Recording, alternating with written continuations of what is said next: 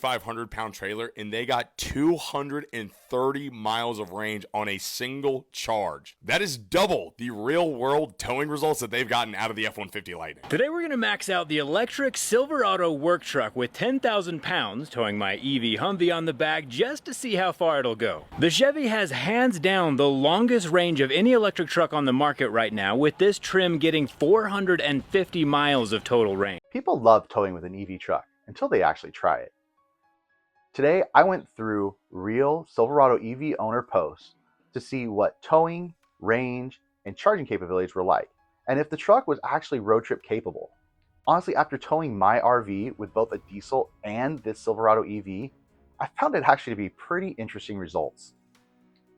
This is episode 2 of From the Forums, where I go through real Silverado EV owners' posts, both good and bad, to figure out what ownership is actually like. Real quick, if you're into real-world EV truck ownership, towing, camping, fishing, and all the stuff that nobody tells you about before buying one, please consider subscribing.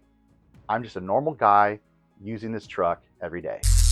Towing range. This is one of the biggest things in all of the EV world right now. This is the thing that I see the most, other than problems, this is the thing that I see the most on every forum, on Facebook, YouTube, everywhere I can go. And it's one of the things that I looked at considerably well because I obviously like to tow. So one of the things I saw was up to 50% loss. I'm gonna tell you, sometimes it's worse than that. Sometimes it's better than that. It really depends on what you tow. If you're towing a boat, you're gonna get better than if you're hauling my huge box of a trailer. The more aerodynamic your thing that you're towing is, the better the range will be. If it's windy that day, you're gonna get worse.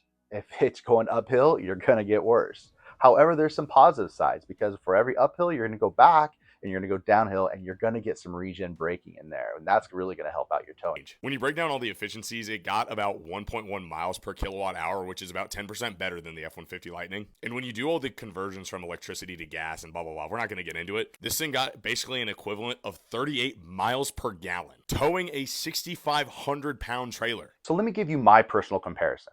I towed the same RV, my J-Feather, with both my EcoDiesel 2016 Dodge EcoDiesel and with the Silverado EV. Now, my Dodge EcoDiesel was also my commuter truck, not a great commuter truck, but it was a commuter truck as well. And it would get on the highway going 70 miles an hour, around 22 miles per gallon. But when I towed that beast of a trailer at 8,000 pounds, in fact, I will be honest with you, it wasn't even 8,000 pounds because it had such a hard time towing it that I actually didn't fill the water up all the way. I'd only fill it up to maybe 20-25% and then fill the water the rest when we got to the campsite. So keep that in mind that the truck was actually kind of lighter towing, or the trailer was kind of lighter towing than it is when I'm using the EV. Now keep that in mind because the range dropped from 22 to 9.5 miles per gallon. Yes, 22 to 9.5 miles per gallon. And I'd be towing at 55, no more than 60 miles per hour. And the biggest reason, the truck really couldn't do any more than that. It was hard on the truck. The truck weighs around 6,400 pounds and the trailer would weigh about 6,400 pounds. Now let's look at the Silverado EV. The Silverado EV weighs anywhere from 88 to 8,900 pounds. And I let the trailer fill up on water and it was 8,000 pounds. And I had no problem towing it. However, my range did drop dramatically. Normally, I can get somewhere around 2 miles per kilometer or per kilowatt hour, somewhere in there. Now, depending on how many hills of that same drive to my commute, I could get somewhere like 1.6 or 1.7 as well. It also depends on how heavy footed I am, but we could say 2 just to give it the grace. However, when towing that trailer, it dropped down, and the same run that the Dodge EcoDiesel did, it dropped down significantly to 0.7 or 0.8 miles per kilowatt hour. That is a significant loss, anywhere from 60 to 65% loss. And you need to know that. Why? Well, I'm pulling a huge brick through thin air. It is a massive 8-foot wide or 8.5 foot wide, and I don't know how tall it is, but it's at least 10 feet tall, and it's 31 feet in length. Plus, it's 8,000 pounds, and our distance is going up and downhill. If you're doing a short distance like we did, It's not a problem at all. In fact, you can watch the other video and see that not only did I tow the trailer all the way over there, but then we powered the trailer with the truck the entire 3 days. But here's the thing that surprised me the most. Both of the trucks had trouble towing the same RV. So what's the common denominator? It's the RV. So the RV being wide and tall and just a huge wind block is really what is costing me my miles per gallon and my efficiency with the EV. So expect both. But what's the difference? Well, if you're using a diesel or a gas vehicle, then you can obviously fill up your truck much quicker than I can charge. Now, I will say, and I'll show you this, that I can charge at a supercharger pretty quickly. In fact, 26 minutes or so, and I went from 22% to 80%. Now, that being said, I'm also now towing a trailer, so I have to get into that parking, get into that slot, hope there's nobody there, and if there is someone there, I have to wait for them as well. So that is an issue as well. But that's kind of part of the convenience and inconvenience of having a gas, diesel, and electric truck, right? So diesel gives you quicker fill-ups, a little bit longer towing range, and probably a little bit easier road trip. However, as we've seen on the forums, the EV truck is giving you a much smoother ride. You really honestly can't feel it behind you, and I'm being dead serious. You can't feel it behind you because there's so much power in the EV, but you also have to trade in the time of charging, and you have to charge more often. Basically, if you own an EV, your day just has to be much more planned. And if you're going on a long road trip like we're going to be going at the end of summer in July, that's a 350-mile road trip one way that we're going to be taking that EV with the trailer. So that's going to be some planning, and I hope you guys watch that video too. This might be the bigger issue, charging while we're driving. So if you're like me, you would charge the night before to 100% and then be on your merry way. Obviously, planning is going to have to be a priority, and you're going to need to know exactly where you're going to stop. And hopefully you've planned well enough to know that your range can change when you are driving. So once your vehicle knows how much weight and how much it feels like, it's going to change drastically. And if you watched our video when we're camping, you can see that once we started towing it, immediately when I put the tow package on there, it said that I dropped from, like 455 to, I want to say 275, something like that. As I started driving, it started going down more, and it's going to do that.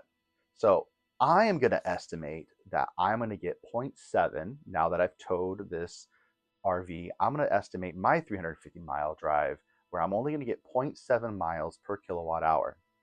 And if I do that accurately and I have 205 kilowatt hours, you can understand that I'm not going to get very many miles out of this. Probably safely around 160, which means I'll probably drive 150. Now, of course, again, I'm towing a massive brick through thin air. It's 8.5 feet wide and super tall, 10 plus feet tall. So it is a lot harder. It is not aerodynamic by any means, and the truck itself is really not aerodynamic. So it is going to be a harder tow. Just know that in advance. Whatever you're towing, the better aerodynamics, the better your mileage is going to be. Also, check your tire pressure. Tire pressure in your truck, tire pressure in your RV. Unfortunately, I just think this is where our infrastructure is probably only 50% ready right now. If the infrastructure was better, there'd be a lot more pull-through spots that we could charge. That would be easier. And I know one of my things that if you watch the 1,000-mile review is that I really wish that the truck had a charger in the front left or even front right of the quarter panels. Unfortunately, it's in the rear. And what people that maybe haven't towed don't understand is that I can't hit that unless it's a pull-through. And if it was in the front, it'd be a lot better. And here's two reasons why. One, it doesn't matter what side you're on, right? So if it's in the front, I can pull it around, hopefully. Hopefully there's enough length to the actual cable to pull it around the front.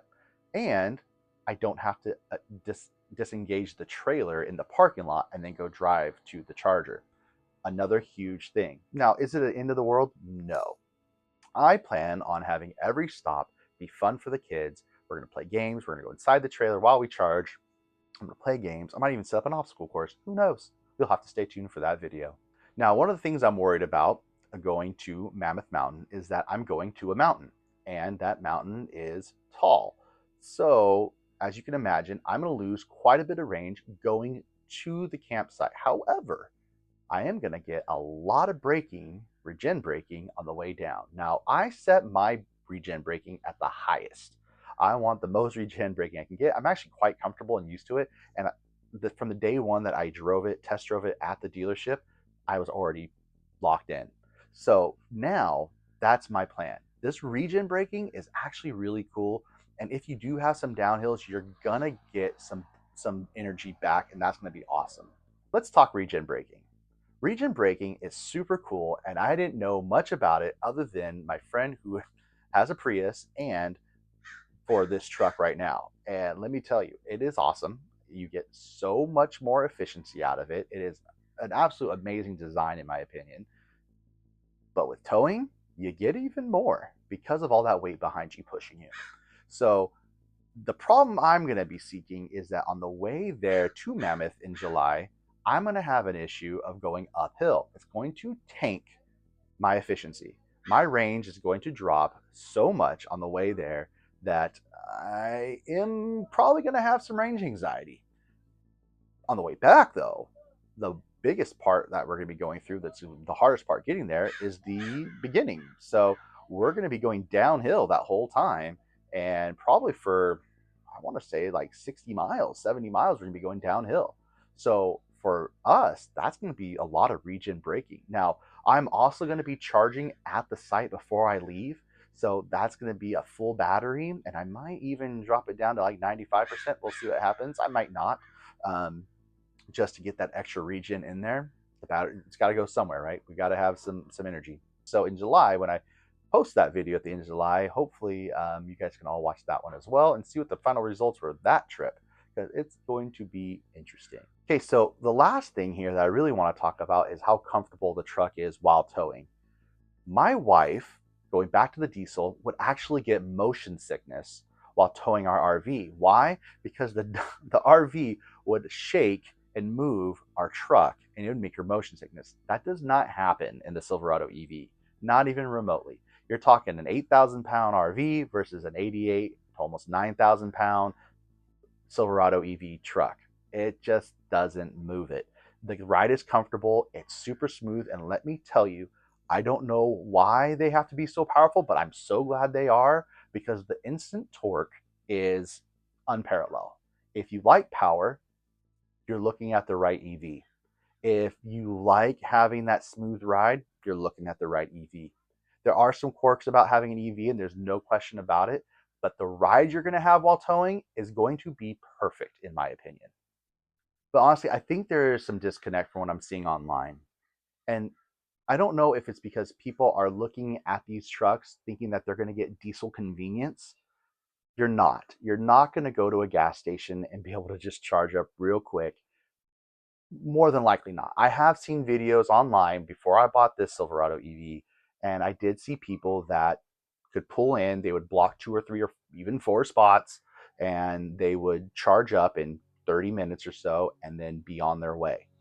However, this is still a really good truck, and for the right person, this is the best truck you'll ever buy. You get home charging. If you have the short towing trips, if you have planned routes, this is the truck for you right now. The short towing is amazing. Like I said in our other video, we towed only 30, I think it was 35 or 35 miles away, and it was fantastic. Not only did we tow there, but we charged our entire campsite with our truck. So it's great for things like that. But again, where we're lacking is the infrastructure. If there becomes more infrastructure, which it looks like if you have a Silverado EV currently and you go through your map and you can see where all the charging is, there are some that are on there that haven't been built yet, that are being built. So that is a cool positive sign that I've been seeing lately on just my own app for my truck. So the question is, would you tow with a Silverado EV? If you would, comment down below. Let me know if you would or if you would not. And if you like this video and you want more like it, please subscribe. Thanks.